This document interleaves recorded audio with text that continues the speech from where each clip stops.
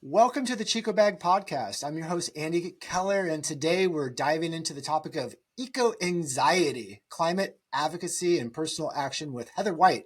Heather is a nationally recognized environmental leader, author, and advocate with a deep background in conservation, environmental health, and policy. She's the author of 3 books on eco-anxiety, including Eco-Anxiety, Saving Our Sanity, Our Kids and Our Future, 60 Days to a Greener Life, and One Green Thing, all published by HarperCollins. In this episode, we're going to explore how eco-anxiety affects individuals and families, what we can do to turn climate worry into meaningful action, and how small everyday choices contribute to a healthier planet and future. Heather, welcome to the program. Thank you so much, Andy. I'm a huge fan of all that you do.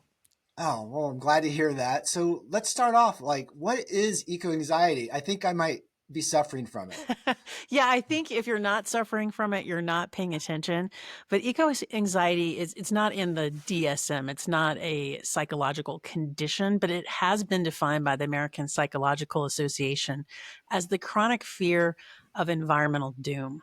And more people are experiencing extreme worry about the climate crisis, especially as they start to connect the dots between the extreme weather events that we've been experiencing and their daily life.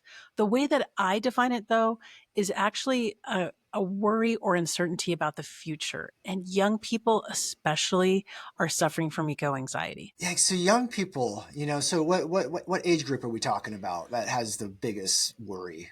That's such a good question. It is Generation Z. So Generation Z are kids born from 1997 to about 2014, 2015 or so. They are in college, graduating high school, and then the generation before them is Generation Alpha. But there was actually a survey, Andy, in September of 2024 of 16,000 young people in the United States, ages 16 through 25. And not only did 85% of them experience climate anxiety, eco-anxiety, other terms include solastalgia, climate grief, climate despair, eco-distress, but 85% experienced feelings of extreme worry about the future because of the climate crisis. And 1 out of 2 do not want to have children of their own because they're so worried about the climate crisis. And I think that's important because this is not a lifestyle decision they're saying based on, who they want to be, what their career is, what their values is. It's really a referendum on the future we're leaving the next generation, this idea of not wanting to have children because of climate. And so I think that's something that is a call to action for all of us to get involved. Wow. So what you're saying is this younger generation is feeling it more intensely than the rest of us, older Exactly. folks, right? So Exactly. why? I think they're feeling this because for a couple of reasons. I call it the eco-anxiety trifecta in my work. The first is generalized anxiety. Generation Z has higher rates of anxiety and depression, even if we kind of count for the fact that we talk about mental health in a much healthier way than we used to, certainly than when I was growing up. But Generation Z is experiencing clinical anxiety and depression at much higher rates. The second is chronic loneliness. Generation Z, there's Cigna does a survey every year. 8 out of 10 Gen Zers experience chronic loneliness compared to 5 out of 10 baby boomers. So we have a situation where young people are actually lonelier than the elderly. And then the third big contributing factor is called hyper awareness from social media. Basically, what we tend to do, I know I have a parent, I'm a parent of a 17 and 19-year-old, right? So when I think about social media and I think the impact on young people, Andy, what I think is, fear of missing out or maybe, Andy got invited to this party, but Heather wasn't cool enough, or Andy has this cool, puffy vest that I want to have that brand.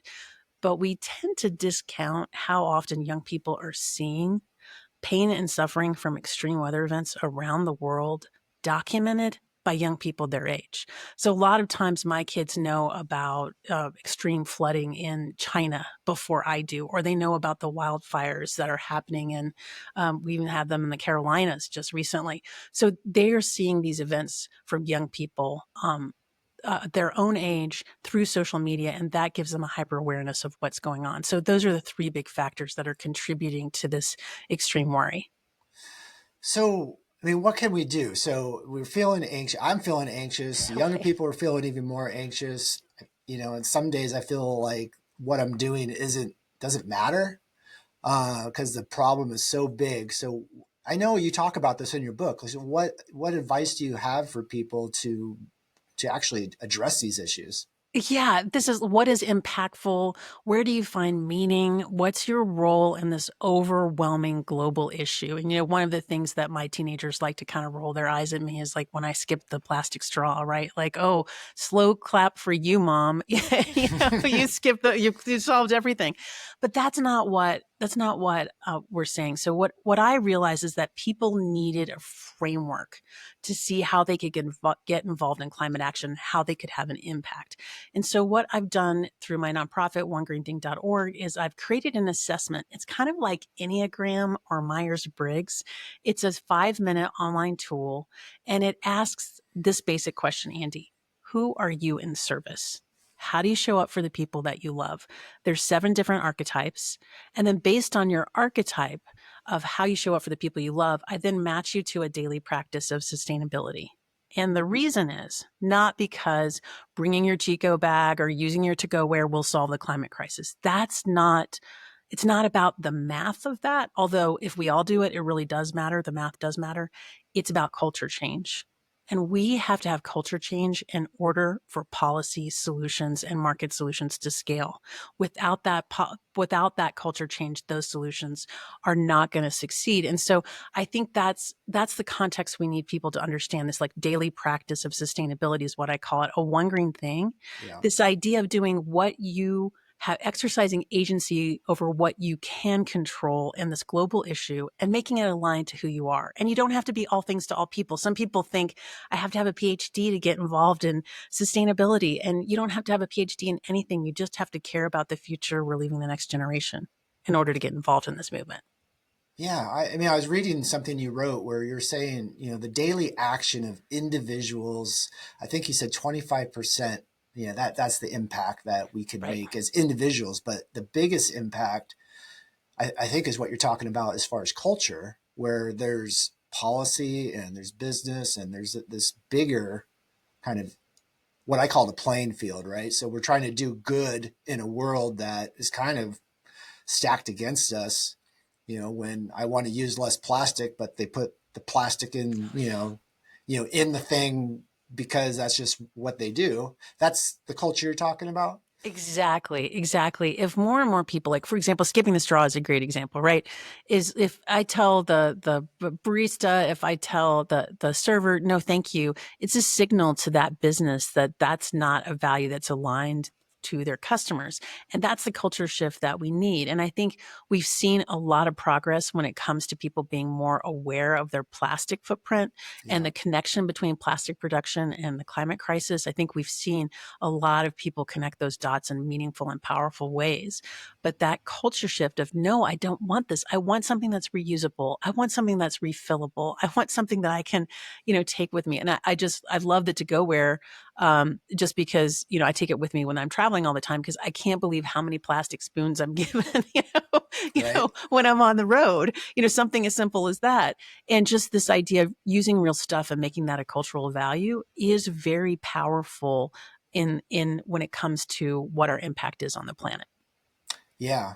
I mean, so, every time you say, oh, I don't want a straw, even though the barista's like, okay, takes it, throws it in the trash, Right, exactly. and it Yeah. feels so deflating, if enough people do that, that coffee shop, may just change their policy and ask, hey, do you need a straw, instead of just assuming you need one, which is a culture shift, and then if enough businesses do that, then really that's when the culture shift hits the road, right? Or rubber meets the road. It Is that the, really does, Andy. And I think that's one of the things that I have to talk to, the young people in my life about, because what I just share with them is that if it hadn't been for individuals saying, no, I don't want the single use plastic, I'm worried about the Great Pacific Garbage Patch. I'm worried about microplastics and the fact that we eat a credit card of plastic each week.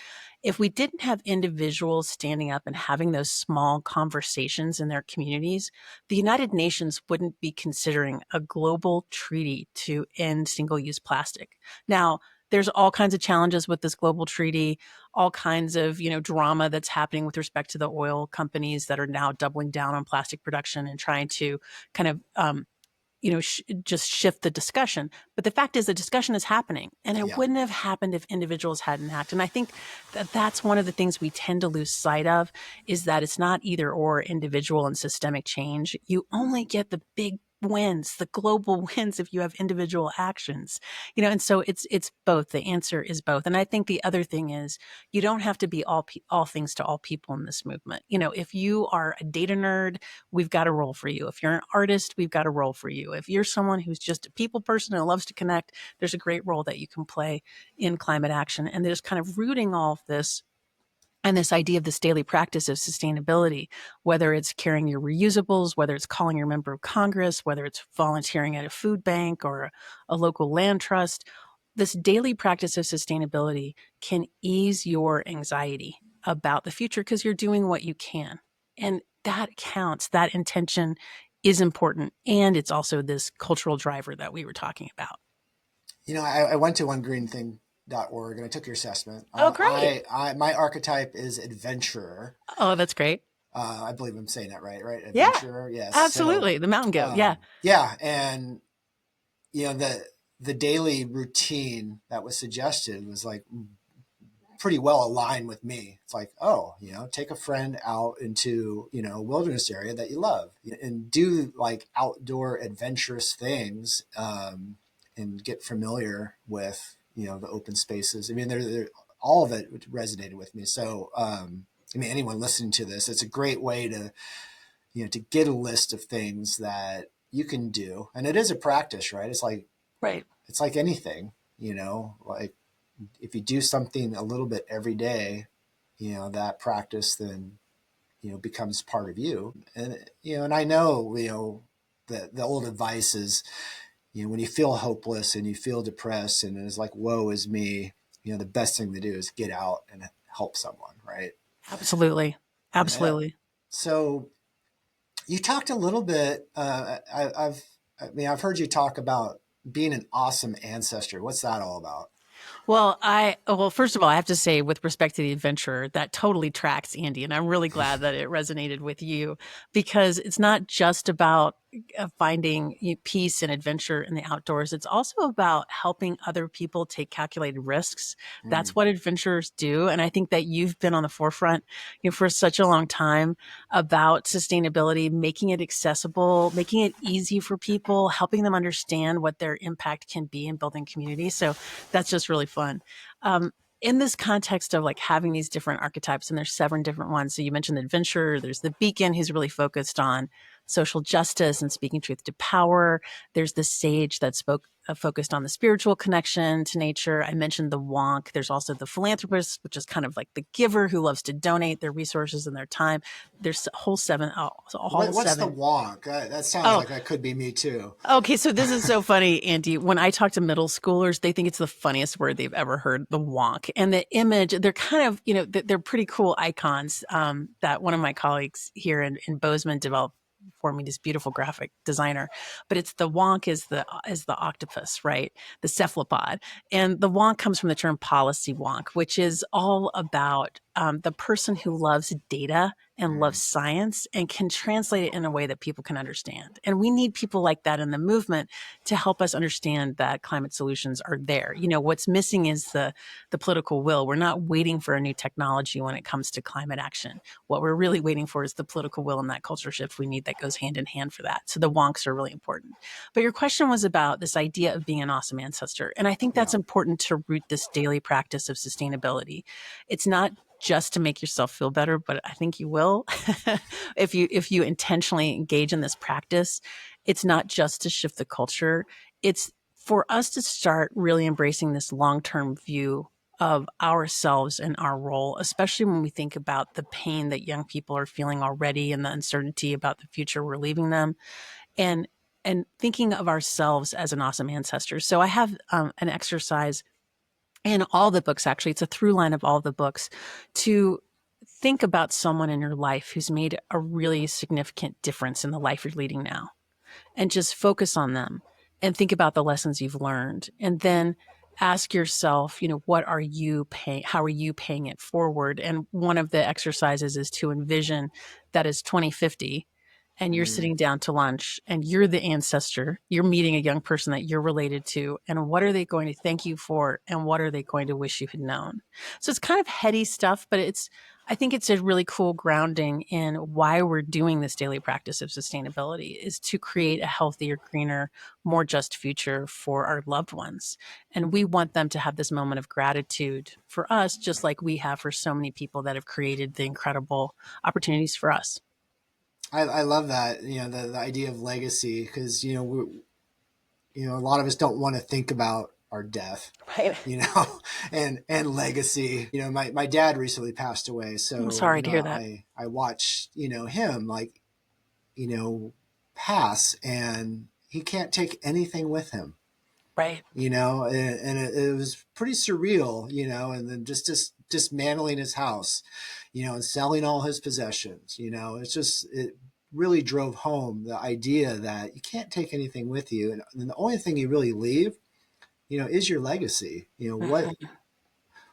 and, the thing my dad taught me, I remember he borrowed a tool from a neighbor, and we were in the garage and he was cleaning it, like really well, and I was like, wow, like, why are you doing that, Dad? And he's like, well, when someone gives you something, lets you borrow something, you want to give it back to them better than you got it. And that really resonated with me. And the part of this podcast, the intro, that I say is that we want to leave things better than we found them, which is directly from my dad. That is part of his legacy that I carry forward. So the idea of thinking about our own legacy, and the last thing I would want is to have a conversation with my grandchild where they're like, Grandpa, like, why didn't you do more? God, that'd be Abs- terrible. yes, Andy. Yes. Well, I thank you for sharing that story about your dad, and what a beautiful story about leaving things better than you found them. And this idea, my grandfather always said, you, in the end, we're all just passing through, and what we have are our family, our friends, and the good things we do. And I think that we lose sight of that in our modern world when we're checking our social media. Maybe we have a tough commute. We're trying to, get to different appointments and keep up with all the latest headlines. And we forget to take that pause and really ask ourselves, what is, and legacy is a really big word, but I think when you take those moments and you're just talking about dismantling your dad's house, just the emotion of that. One of the stories I talk about a lot, and I do mention this in my TED Talk, is I had one of these moments, which I think, I'm in my 50s now. So I think for that demographic, people have these moments more regularly than like teenagers do. Yes. Um, but I was out apple picking with my kids when they were pretty little. And I just had this vision as I was checking out of the old timey store after picking with them, of going back into my grandfather's kitchen. And my grandfather would always make me an apple pie from scratch. And when I was little, I didn't think about it. He would go into his orchard, he'd pick the apples, he'd slice them up, he'd roll the dough out by hand, he'd sprinkle the cinnamon sugar on top, the brown cinnamon sugar on top. I didn't even Yeah. think anything of it at all. And except in that moment, decades after he had passed, I realized my grandfather had Parkinson's disease. And it took him an hour to get dressed in the morning. And he Mm. made me an apple pie from scratch every time I visited. And just tears just started pouring down my face. And I was like, oh my gosh, I realized how much he had loved me. I realized how much I had taken for granted. Yeah. And it was just this feeling of breathtaking gratitude. And we all have these like for people, in our like the Gen Xers and the baby boomers, I think a lot of times it happens so unexpectedly. Like you're in the grocery store, you're apple picking with your kids, you're driving, and all of a sudden it just hits you. Yeah. And I think we want to be intentional about how we can create that breathtaking gratitude for this next generation. And we have so much work to do. Yeah. Andy, it's really tough. These are really, really tough times right now. And young people, they know it. And one of the things I hear a lot, and you may too, I hear from young people, thank you for all the praise of these young activists who are out there talking about climate. And on the front lines, but we don't want your applause. We need action. Yeah. We need you to help us create this better future. Yeah. I love the idea, that you're presenting as, as far as, the action, but, also the legacy, and, you didn't realize how grateful and what a special moment until after he's gone. And, I think about, all the things that we're doing, and I guess the lack of maybe acknowledgement or realization. I think it's important, I guess, to keep that in mind is that, people will know the impact of the actions today, maybe not in the moment, but later, Yes. and I think that's Yes. important to keep in mind. But, as far as action, how do you stay, so grounded and present to know that what you're doing matters, that, that it will be beneficial, that, that gratitude that, you know, will be felt at some point, if not in the moment. How do you, what's your advice for people to, to stay, in the right mindset? Such a good question, Andy. I think to stay in the right mindset, one of the tools I've created is called a joy tracker. It's a little Oh, bit like a diary, and you track what one green thing brings you the most joy. And, so for some people, it's taking a walk outside. For others, it's, I know for me, it's calling my member of Congress. It mm-hmm. gives me the great joy, even though none of them agree with me. I still like leaving messages for them. But deciding what is it that brings you joy. And then the other thing that I think has been pretty powerful for me, this is from one of my friends here in Bozeman, Dr. Shane Doyle, who's a member of the Crow Agency, the Absoluca Nation, Mm-hmm. and he's an educator. And whenever he gets a group of students, he asks them to dedicate their day learning to someone who's no longer on this planet, no longer with us, as a way of understanding that, ancestors, obviously they got a lot wrong, but people who didn't know us wanted us to have better lives. Whether it's the invention of penicillin or the expansion of rights, whether it's the creation of the national park system, that, they wanted, at Yellowstone, which I'm an hour and 15 minutes away from Yellowstone, the Roosevelt Arch says for the use, for the benefit and enjoyment of the people, for the benefit and enjoyment of the people. And that was created in 1872. Um, so I think it's important for us to kind of carry that forward and to stay grounded in that too. And I mean, obviously, I have really bad days. Reading the newspaper is hard right about now, Right. I'll Yeah. say.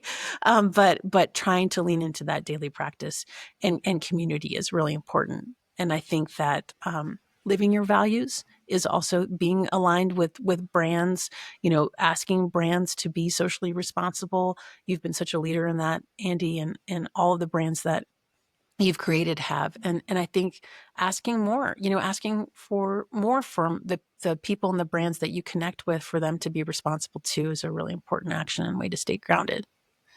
Yeah. I know, from my own experience as a business owner that when I get an email from a customer, that has significant influence in our decision making. So speaking up and sending an email to info at, whatever the Yeah. company is, certainly is a powerful action that anyone could take. Um, I'm a big advocate for, supply chain transparency. What I've found just in running my business and being exposed to supply chain details is that most of the damage, in our world is happening upstream, not at the consumer level, not at the retailer level, but, in the manufacturing and sourcing of the raw materials that go into these products. And, having a transparent supply chain, when I say that, I mean, you could go to the company's website, you can see, details of how the product's made, where it's made, you know, that it is ethically sourced or, it's using fair labor, those kinds of details. And we're talking about, what people can do. So, beyond sending an email to, info at, at whatever company somebody wants to contact, what other actions, do you think people can take to really move the bar significantly to change that culture, that we have, where, profit and shareholder value is, number one, the environment's number, somewhere on the list, but not number one.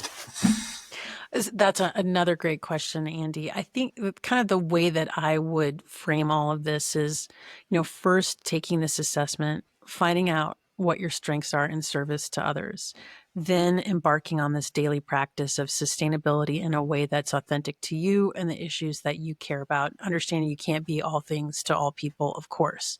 I do have the Eco Impact Top 10, which talks about the biggest bang for your buck. I don't want people to think about carbon dioxide equivalent emissions like calories, because that whole idea of the individual carbon footprint was actually created by the oil and gas companies to try to shift the burden of this massive problem that they created onto us. So I think it's important to kind of root it in this context of culture.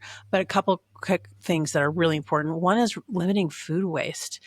Food waste globally, 8% of carbon dioxide emissions globally are from food waste. And a lot of people think, when they throw their food in the trash can, it just disintegrates and decomposes. It does, but it releases methane, which is 8 times more powerful than carbon dioxide emissions. So composting, using your leftovers responsibly. I know that's not sexy. I mean, that's not sexy, Andy. It's not. But it's a very powerful tool that you can use as an individual to make an impact. So that's really important. Talking about climate is also really important. Obviously trying to make a switch to clean energy when you can. And of course, reducing plastics and climate are just completely linked. So reducing single-use plastic in your home and when you're on the road is really important. Food, did you say 80% of food is wasted? Eight. How much food is wasted? Yes, I think it is a very high statistic like that. It might be in the 50%, but 8% of global carbon emissions are caused from food waste. But food waste itself, like we throw away so much. I think it's more than half of the food in American households we throw away. Well, I could believe it, Yeah. And when I think about supply chain, upstream, like the apples that are ending up in the store, are just the apples that are perfect, and all the rest of them, either left on the tree or left on the ground or, Absolutely. who knows exactly. Right. And then you buy it, and a lot of times it's cheaper to buy things in bulk, and I fall into this trap where, I go to Costco, I could buy the big thing of broccoli for the same price, Right. as a little thing of broccoli somewhere else. Well, and Andy, I always have a vision of using all these vegetables for some amazing juice cleanse, or incredible salads, and then don't. So I love composting. It's hard in the winter in Montana for sure. Mm-hmm. But in the summer, I've got my backyard composting going, and I'm not a gardener by any means, but it just makes me feel good to know that I'm doing my part. And we can all do our part. And I love what you were talking about, supply chains and transparency in supply chains and the importance of consumer action. And if you have a brand that isn't transparent, reach out and talk to them. I think, not only is it important for you, like you were saying, Andy, as a business person, to hear from your customers and it makes an impact, but also when your customers are asking for accountability too, it does make you think differently. And that's a really powerful way to make a difference.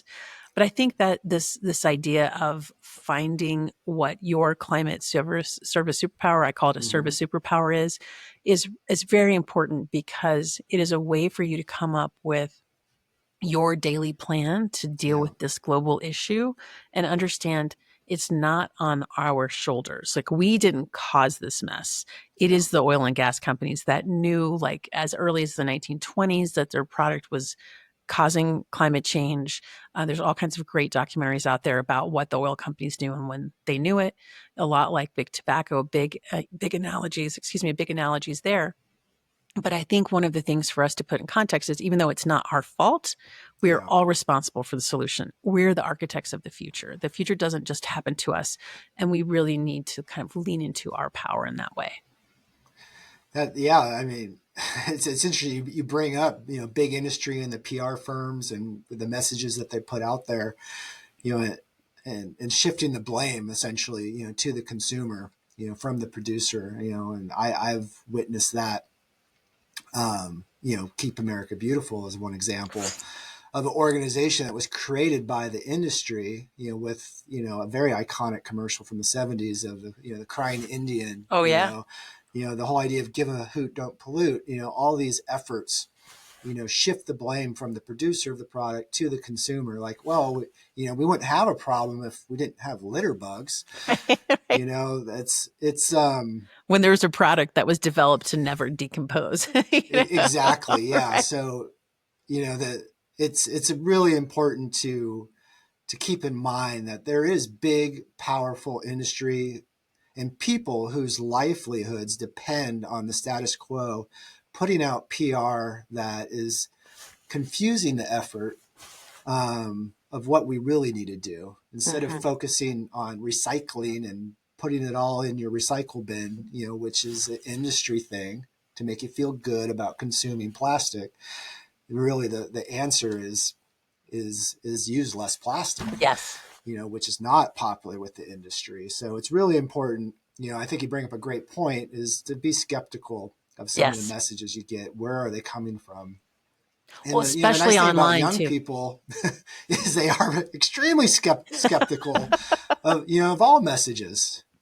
So yes, living with teenagers definitely helps me realize that they're very skeptical. And this, world of disinformation, misinformation, where's that meme from? Who wrote it? You're always having to, take a closer look.